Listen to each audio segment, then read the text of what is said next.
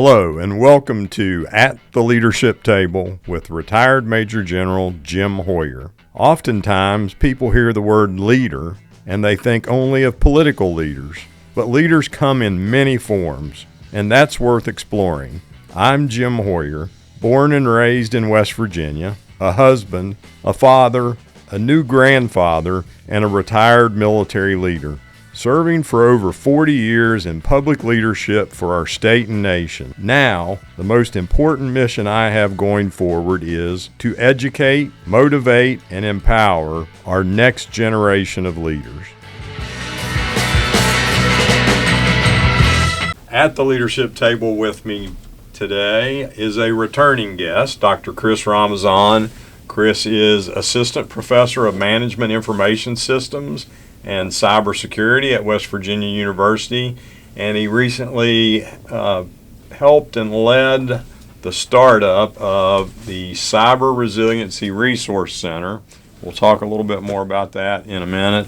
He also leads WVU's Business Cyber Management graduate programs and the various minors associated with those programs. I've had a lot of opportunity to work with Chris. We are developing some pretty aggressive national security, cybersecurity initiatives at WVU. And Chris, it's great to have you back at the leadership table with us today. Thanks again for having me on, General. So Chris, you recently published an article in The Conversation on how we can be more aware of data and that AI tools are constantly gathering user information. But before we get into that and some more background on the Cyber Resiliency Center, please share with us a standout moment when you learned something really important about leadership. So I would say it was probably the first time that I finished teaching my very first class.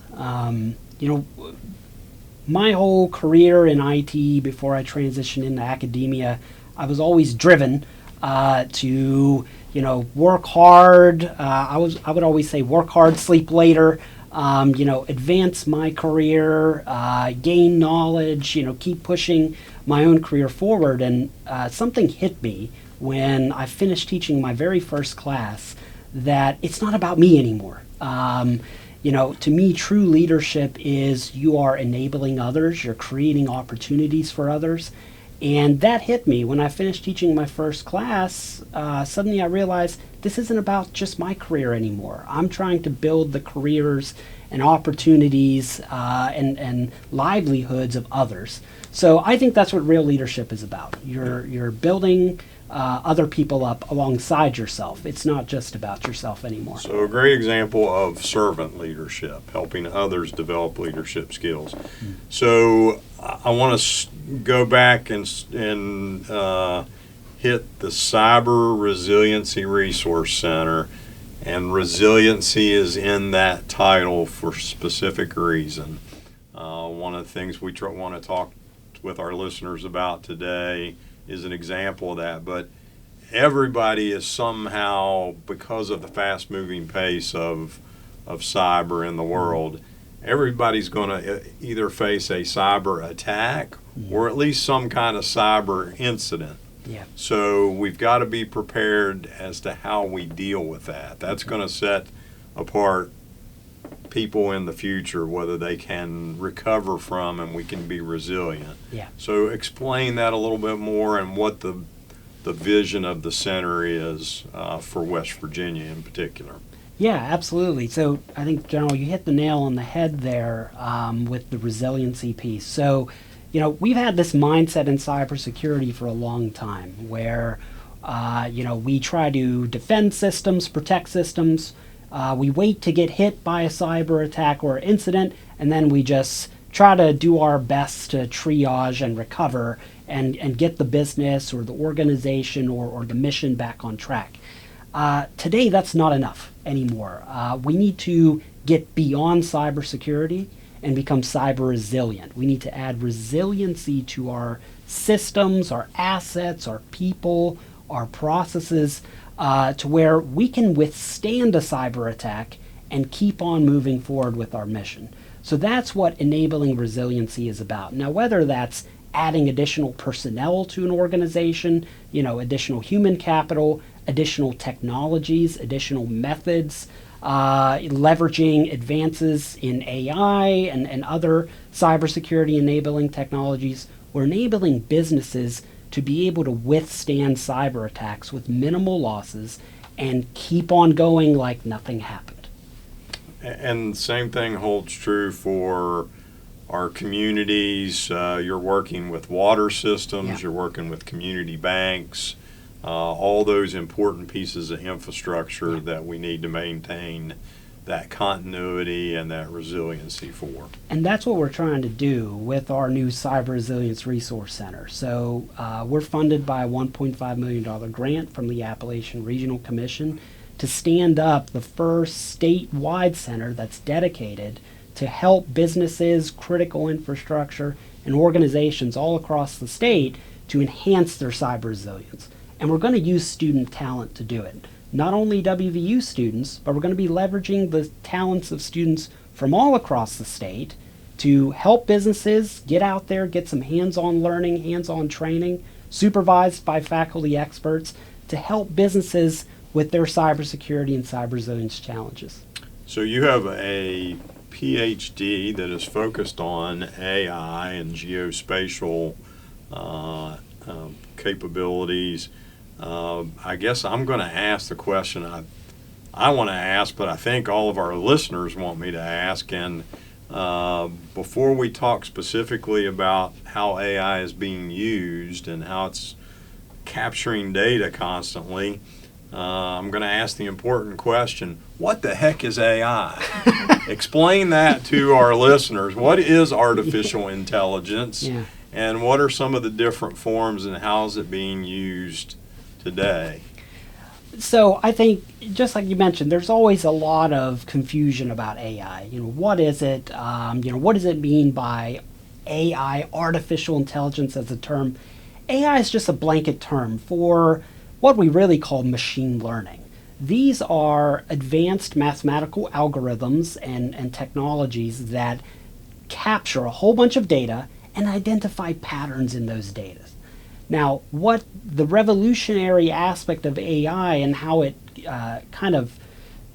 differentiates from a lot older methods is we now have the capability through deep neural networks and other methods like GPTs. We've probably all heard of ChatGPT and generative AI.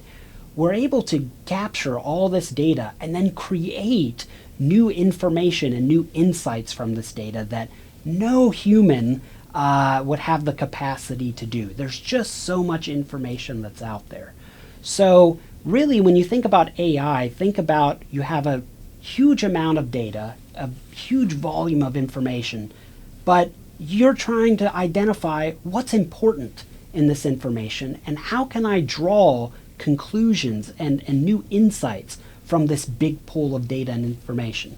And the best tool to do that is a bunch of powerful computers with a bunch of fancy math algorithms. So that's really what's behind AI. It's some mathematical algorithms with some powerful computers to analyze a whole bunch of data and give us useful, actionable insights on that data, whether it's predicting behavioral patterns, whether it's predicting future weather events, whether it's predicting when your next trip to the grocery store will be. We can use all these data points and all these insights to try to predict future events and to try to give us insights into our own world.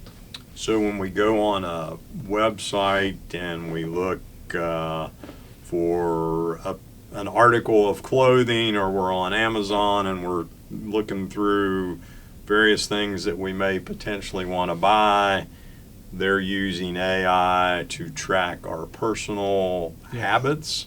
But we also have nation states that are out there looking at these same things. So from both a personal security and a national security perspective, what concerns should we have about this constant data collection and how Companies might, businesses might exploit that, but also how adversaries and foreign actors might exploit it.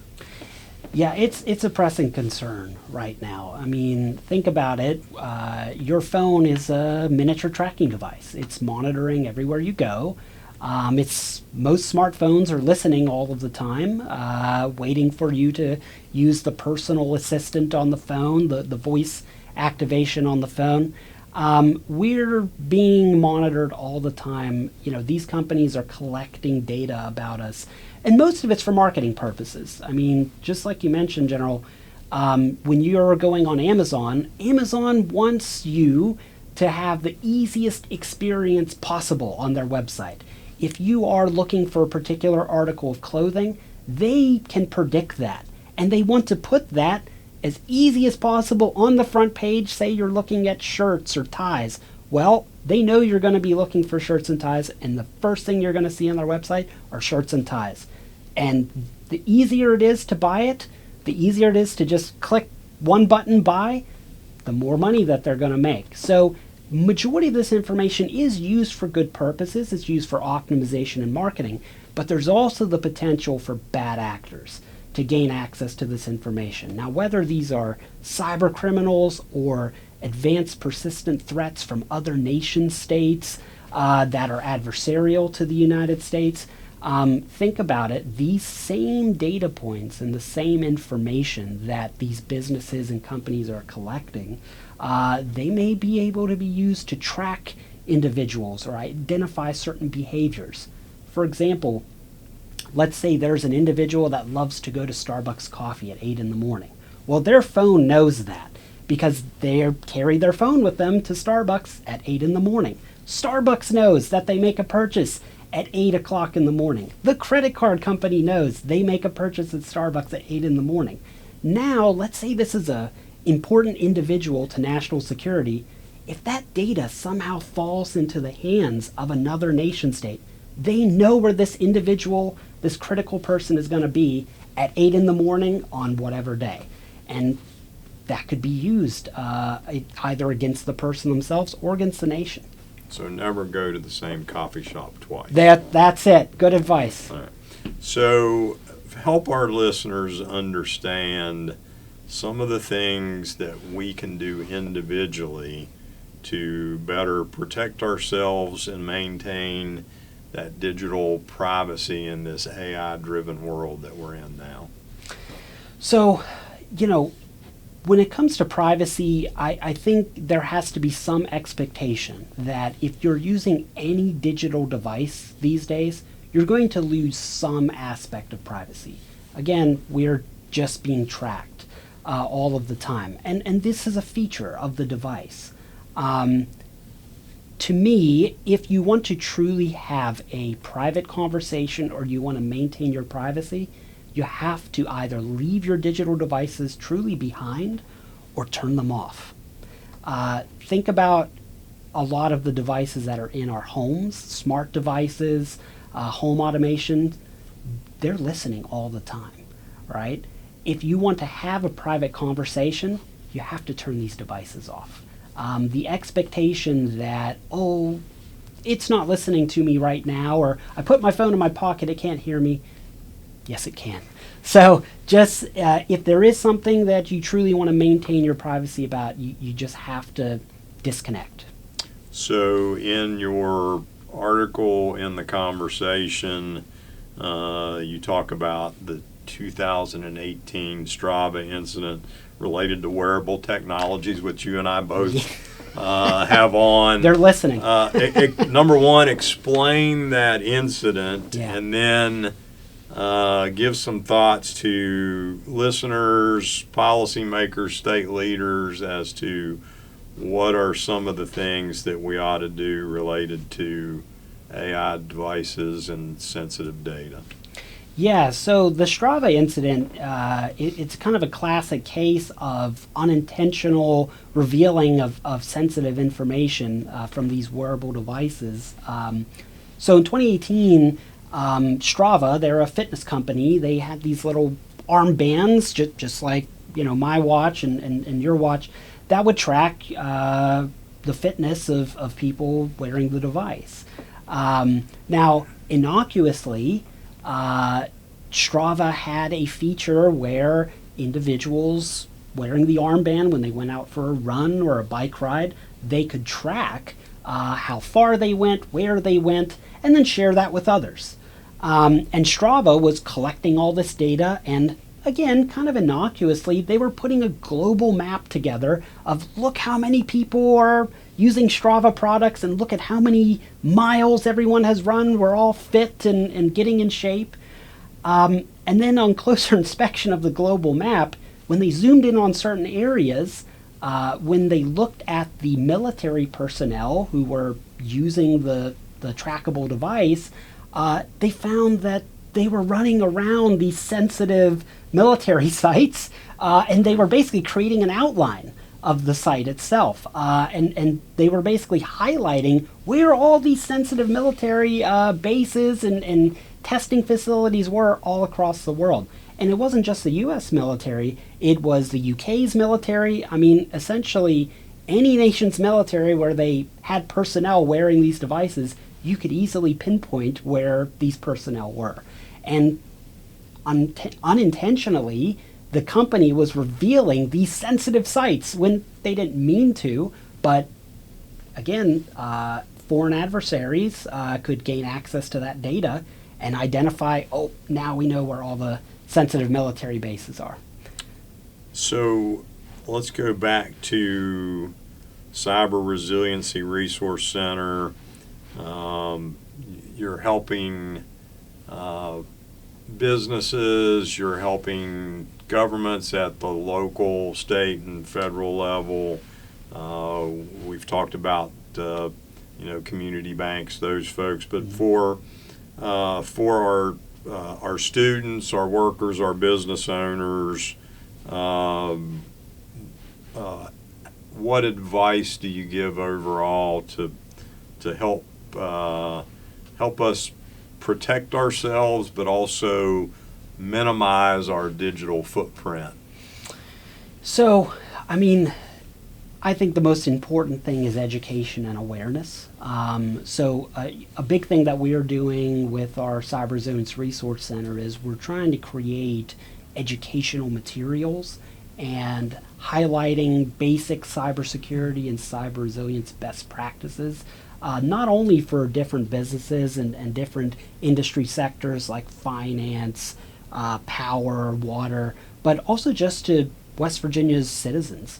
My advice again would be if you are buying any sort of new digital device, or you are signing up for some new subscription service that may be monitoring you, or you're downloading some new piece of software, or you're embedding some new piece of technology into your business's environment, find an IT consultant or use our center. We're happy to look into the details on, what is this device really doing? What is it monitoring? What is it collecting? The terms of service documents for a lot of these devices are ungodly long, and they're written in legalese that, just the average person, may not be able to understand. So we're happy to, and I know there's plenty of other IT savvy folks all across West Virginia that have the technical know-how to help parse through that information. But if you're unsure of what data that this device is collecting on you or what impact it'll have in your organization, turn it off. And part of the Cyber Resiliency Center is leveraging students to teach the next generation of cyber professionals, which we want to grow in the state of West Virginia. So the last question is, if I'm a mayor of a small town, or I'm running a small water system, or a business that might be involved with Department of Defense, and I need to meet certain requirements going forward, how do I reach out and get in touch with the Cyber Resiliency Resource Center?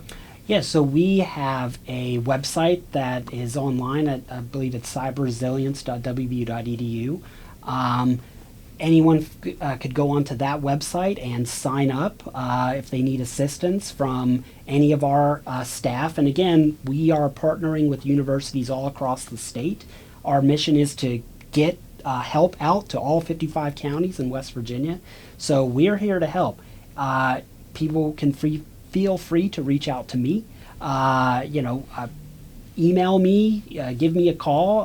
My contact information is on the Chambers College at WVU's webpage. So just feel free to reach out. We're here to help, and we want to help. That's our mission. The more systems that we can secure in West Virginia, the more citizens' data we can help secure, I call that a win.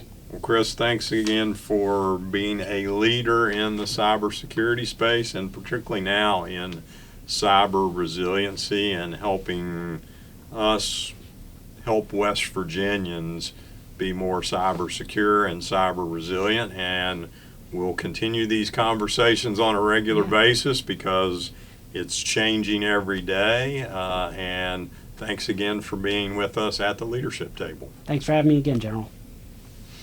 Thanks for listening. This has been At the Leadership Table with retired Major General Jim Hoyer. Did you know you can now find me on social media at RMG Hoyer? That's HOYER, or email me at rmgjameshoyer@gmail.com.